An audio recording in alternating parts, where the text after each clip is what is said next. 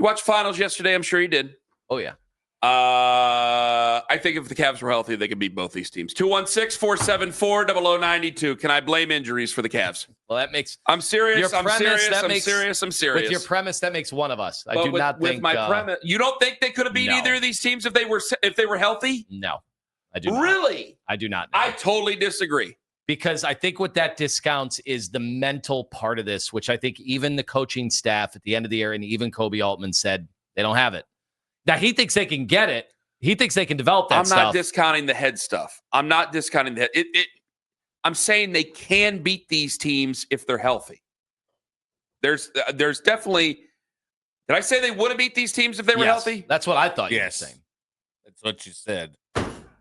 Damn it. You're going to backtrack now all the way? I'll backtrack He doesn't have to. He doesn't want to. Can we blame this year's playoff failure on injury? 216-474-0092. I think they could beat these teams if they're healthy.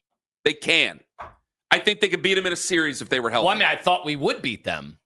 Okay, what changed? I thought we would beat the Pacers. I did not think we'd beat the Thunder. Okay, so you don't have any faith because they're soft, you're saying? No, it's not just that. I mean, it's athleticism, it's length. I think they don't have those things. Maybe you could sell me on, the Cavs, that internal development that everybody has to bank on now because there's just not a lot of flexibility unless they start trading guys and moving guys around and, staying below that second apron. But there's just something about, let's take the Pacers, for instance, who, by the way, I still think the Thunder are going to win the series. But now at least I'm thrilled we're going to get an actual series. I didn't know if that was going to be the case before yesterday. The Pacers just have this thing. And I've seen this rarely in the NBA. Normally it is, hey, the team with the most talent, the team with the best player, and the team that's been more dominant throughout the whole year, they just win these games. But the Pacers do something to get inside your head that don't allow you to look like the team you've been all year. And I've seen it every series. It's not just the game-winning shots. Okay, that's amazing. You're never going to see that again. In the history of basketball, you're never going to see a guy hit 4 game winners. No. In one playoff run. No. And there's still more games left. He might hit a 5th. You're never going to see that again. So we could chalk that up to luck, whatever, even though he's done it every series in Halliburton. But there is something where mentally those guys don't waver. And I know the Cavs didn't exactly have the Cavalanches that we thought they did, as chronicled by they had the Cavalanche setup and never got around to it. Thank you, Jason Lloyd, for Jason really Lloyd 901. Jason Lloyd 901 today. Really doing investigative journalism. Joining us at 901. On that. Dan Gilbert going above and beyond to fund the Cavalanches that we never experienced. But even the big punches that the Cavs would throw at home where that place would be so loud, it'd be deafening. The Pacers just calmly respond, and then they get in your head. And I don't think the Cavs team right now, as of today, was ready for that. And then I'm coping. Then I'm coping here. Because I said yesterday, I think that a lot of people just want to make trades because they want to punish the Cavs. Trades cannot be punitive. You can't do this. They are a flaw. But I'm almost a man without a support system here when it comes to the Cavs. I said they're a talented but flawed team. I do 100% believe in my heart of hearts and watching basketball. And I know I don't know as many of the basketball coaches as you do. I do acquiesce to you on these things. All right, damn it, I will. But I'm telling you, without a shadow of a doubt, in my eyes, everything, and I think a lot of people should agree with this, Cavaliers are a more talented team than the Indiana Pacers. Not Oklahoma. I wouldn't say Oklahoma City. I can't say Oklahoma necessarily. That's why I'm saying we could beat these teams if we were healthy. Could. I shouldn't have said we would have at the beginning of the segment, and I apologize about that. However, I think we could have. So now I'm blaming injury here. I'm blaming injury because I don't want to look at this when I'm seeing a talented team. I also said they were flawed. And then people get in and they go, what flaws do they have? I go, did you not see the flaws of what they have? Did you not see that? Because if you can't shoot threes that night, turn the faucet off. The game is over because you don't want to throw the ball to the block. And when you do throw the ball to the block, they just stop it themselves. Like when you have Evan Mobley, who's able to dominate, and they just decide we're not going to pass the ball to Evan Mobley anymore. And Jarrett Allen is Jarrett Allen in the postseason. I'm sorry, that's 3 straight years. But damn it, the talent is there. However, the trade names that you bring up, that most people bring up, are not trades that I want to make because I feel that this would be an overcorrection and would cost us in the long term. I'm very conservative when it comes to this. I don't want to upset the apple cart with some of these names out there, even though that some of the names that you compare them to are showing up, and they're showing up great in the postseason. But you're not going to get those guys that are showing up great in the finals. You're going to get other light guys, and I can't guarantee that those guys are going to show up into the finals. So I look at it and I go, how can I make myself feel better? Well, Darius Garland did have toe surgery, and he's going to be out for 4 to 5 months. And that means he's probably going to miss the beginning of the season.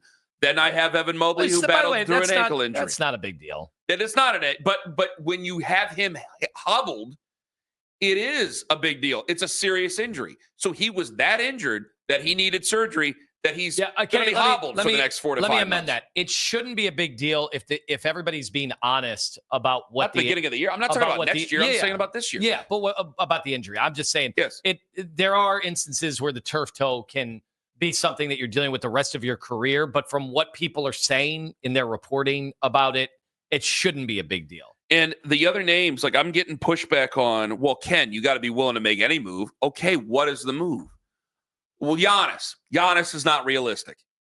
It's just not. They're going to do everything they can to hold on to that guy. He lives it. He breathes it. And is this even true? Is he still wanting to stay in Milwaukee? Seems like it right now. That it's gotten very kumbaya here over the last week with the Bucks, because he probably realizes where they're at in everything, and maybe he doesn't want to end up in some of the cities they've rumored him to be at. Right? Is Kevin Durant a possibility? Well, I don't know. Who does he play for right now? The Phoenix Suns. Who's their owner? Who does their owner hate the most in the NBA? Our owner. So I don't know if they're going to do anything to do us any favors there. You're probably stuck. And the only thing you have left to do, and we do this very well, guys. This is a good Cleveland thing. We do spite and cynicism and sarcasm as well as any fan base out there. So you guys have 82 games next year to be spiteful and mean-spirited and challenge him the way that Donovan Mitchell said basically you should. He spoke through the media.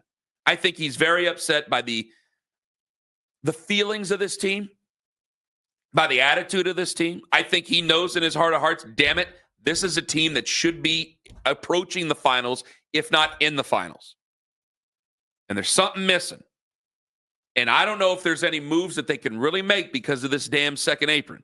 So if there's no moves that they can really make that doesn't just feel like it's punishment because Jared Allen's soft, then they got to find a way to get tougher.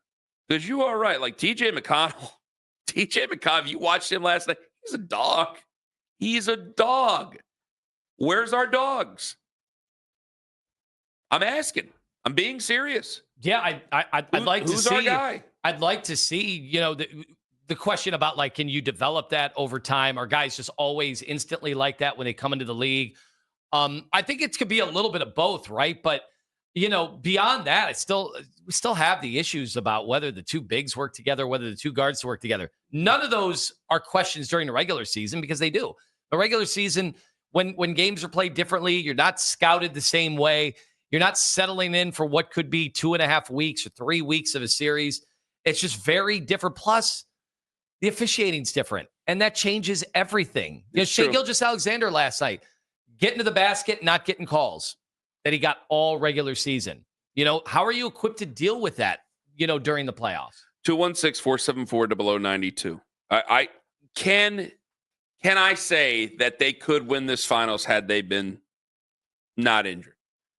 Because when you put talent versus talent, I'll put talent of the Cavaliers up against just about anybody. But when I put them against Hart, I'm watching two teams that are just in a fist fight with each other. You name names. They're not very big household names, but they are all 100% respected by any audience that's watching these two teams play each other. Yeah. Lima had an observation, game one of the NBA Finals last week, that there are no logos again on the floor. And you made a mention, you said it's been years since they've had a logo on the floor, and it takes away from the feeling of the finals. The finals logo used to be on the floor in the script of Steven in the score finals. Bug. Yeah. They're just not doing a good job of making any of this special. And it's like, hey, man, like the Super Bowl is different from all the other games. I think the World Series games are different from all the other games. And I think Major League Baseball does do a good job of not just the game. It's like, hey, it's October. No. the bunting's back, all the other things that they put on they spray painted on the field. You are in the ALCS. You are in the World Series. These are different things. Mm-hmm. The NBA doesn't want to do any of that. Like, the only thing that you would notice it's a special game for are a bunch of handed out shirts. That's it. That's it. You were right. You said, why don't they paint it on the court? Well, in game 2, they superimposed the logo, the finals logo on the floor. Adam Silver, before game 3, commissioner of the NBA, Adam Silver, was asked about that on ESPN/ABC. Here is the commissioner of the NBA. I've seen some of the chatter on social media around on-court decals. People don't realize they went away a decade ago because there were claims that Kendrick knows. Some of the players were saying it was slippery when we had the decals on the floor. So we're back to adding them virtually. So those are on. Which people were quick to notice this. What do you call the in-season tournament floor then? Right. So it's a different floor that has different paint job. Well, So it's not a big decal. But yeah, the decal is something that's added after the fact that's on top. It's like putting a wrap on your car. Yeah, but so what I don't understand is the floor is painted and then glossed over. right, but why don't they have, because over a it finals floor. Right. Why don't they have a finals floor, or at the very least a portion of the floor? Because you've been over there. Well, in between the hockey and basketball games, you see how the floor gets installed. Is in the back, and they bring it out for special events. Like Wine and Gold United members go back there and have parties on that 2016 floor. Okay. Like a portion of it. That's fun. I believe they sold some of it off and they given got it part away of- and auctioned. They've got part of the It's out center front, circle too. out front that is lined up on the wall. So all I'm saying is these teams are worth enough money. For me and you to just have another basketball part of a court would be ridiculous. But we have 4 jerseys already, and there is a different floor for each one of those. Plus your in-season tournament floor. Go get another floor. Well, my question is, the floors are built in Ohio. A company in Ohio builds the floors. Where? I don't Is that remember another where. Columbus handout? No. It's called floors, but it doesn't have a Z. I think most people in the world don't realize that, like, footballs, everybody in Ohio knows, but footballs are made in Ohio. Yeah. The NFL footballs are made in Ohio. Mm-hmm. And that the floors, I do believe, come from a company in Ohio. It's either here or Michigan, but I think it's here. How long does it take? We've got to win this. How long does it take to make a special floor? Does it take that long? Because I would say, could you make 2 floors, but you don't know who's getting the finals? I think you can you paint it and send it out that you quick? should be able to make the interior, not the, because where it's Great really going to point. differ when it's your team, right? When it's Oklahoma City's, they're going to want that blue that is the color of their jersey as their out of bounds area and all that. I think you should be able to change the interior. Yes, that's my first point. The second thing is, he said it's been 10 years. Okay, well, what have I seen in technology that wasn't there 10 years ago that's there today? They got the Waymos driving around. Well, that's not the best example at this moment, but still, you got self-driving cars You got out a fire there. extinguisher you can use. You got self-driving cars out there that weren't around 10 years ago. Mm-hmm. I would imagine the good people at 3M or DuPont or wherever could find me a floor logo that you could paint it on that's not going to be very slippery. Third thing is this. I saw a lot of people reacting to Adam Silver. We lived to hate Roger Goodell for a long time. Now, you and I have always kind of felt differently. At least I have. It's like, well, hey, guys, like the owner or the commissioner is there. He's a conduit for the owners. And he's a go-between the players union and the owners and the media rights entities and things like that. They obviously wield a lot of power, but also they're there because they shield the owners from severe criticism. Roger Goodell, part of the reason he makes 50 or 60 whatever $million a year is that they don't want to get cussed out. The owners don't, so they'll just go let Roger get cussed out. And I would say the same thing with Manfred and Silver. But there were a lot of people where Adam Silver went from like beloved in the NBA and in pro sports to saying he's the worst commissioner in pro sports. For a long time, people were saying Roger was. Then it was Rob Manfred. Has Adam Silver taken over as the worst commissioner of the big 3? I know you got your theory. I just want to ask you a question. Well, I would say yes, based on sports talk radio conversations, he's the worst. But in actuality, the valuations of NBA teams they're all have great in gone that case. up way more than baseball.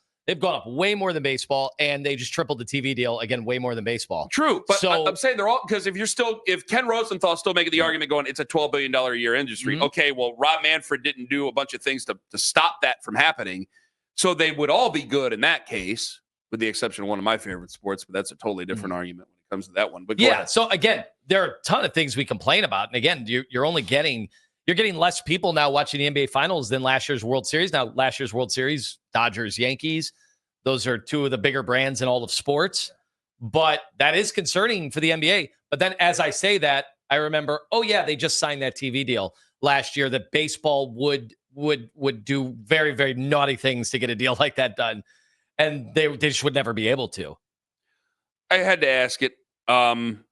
I think the vast majority of people, Roger Goodell has taken like this turn. It's almost become fun for him to be booed. And it's almost like, you remember when pro wrestlers, when you were a kid, you hated them. And then as you get older, like, man, I got a lot of good memories with that guy. Ric Flair. You hated Ric Flair when I was a kid. And now it's like, I like that guy. Is it that way with Roger Goodell with America? It's absolutely. Yeah, I think so. I think Kurt Angle, everyone chants "You suck," and if you know the song, it's yep.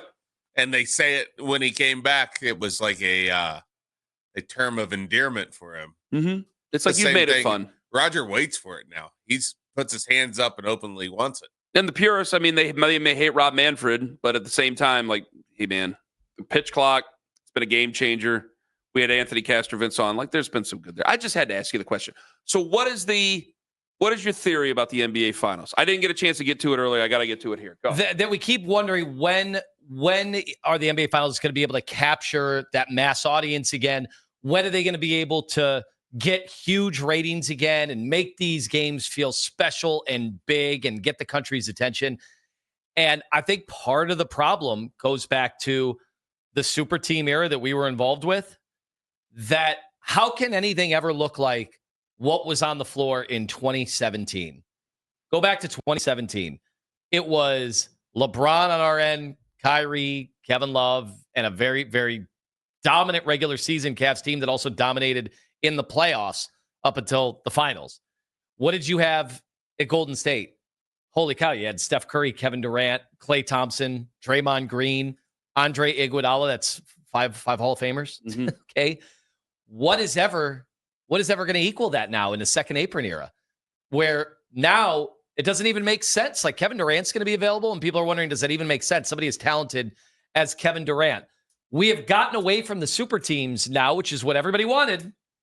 But now the basketball, did anybody know the names of any of the guys on the floor last night that would be outside of SGA and Halliburton?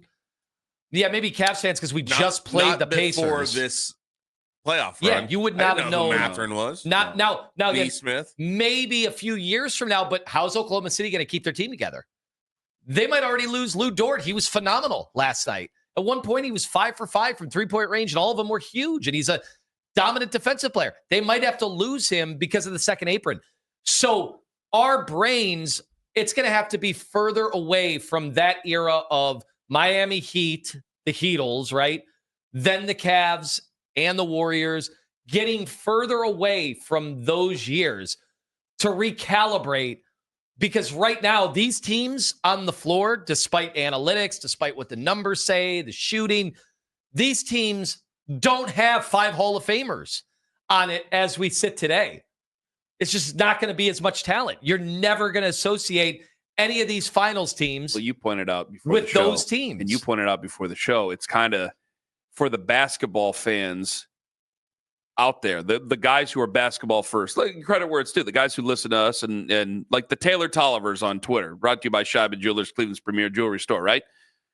You said, what, 8 million people were watching the finals? Then that's a low number, but that's your hardcore basketball fan. You've got the hardcore. So you get your delight. And I don't want them to change what they've done. I really don't. I want this to stay as long as they possibly can, because I think we're just at the beginning of this grand experiment when it comes to the second apron, and I don't think that big sweeping change to go back to the way it was is necessarily the best way to do this, because I feel the Cavs, I never thought I'd ever see a Cavs team that was this good ever again. That's why I'm a little bit defensive of them. I never thought we'd have a chance ever again. And if we go back to the old level, I'm going to go back to thinking we don't have a chance ever again. And it's the same way a lot of people think in baseball. I don't want to go back to that. So if I just get used to this, I think that eventually a star will stand out. Maybe it will be Shai Gilgeous-Alexander. Got to get his team going right now, but maybe there will be a star that does it. Somebody's going to have to take the torch. We don't just look at one of the big three sports and professional sports in America and don't make a legendary star out of it. We don't do it. Now, he may not match up to LeBron, MJ, but he may still be in the conversation by the time it's all said and done. Who that is, I don't know yet. I don't know. But I think we do it for everything. Like, you can't have, even I, as a person who's like, all right, I'm going to tune in a little bit of the Stanley Cup final, but you know how we are. We have the monsters here, but we're not breaking down hockey every chance. Got a lot of respect for it, but it ain't what we do. You would say, yeah, I know who Wayne Gretzky is. I know who the great one is. I know who Sid the Kid is. I know who Connor McDavid is. Like, they stick into your head. I don't know if there's a great one on the way right now for the NBA. But if there's success, somebody's bound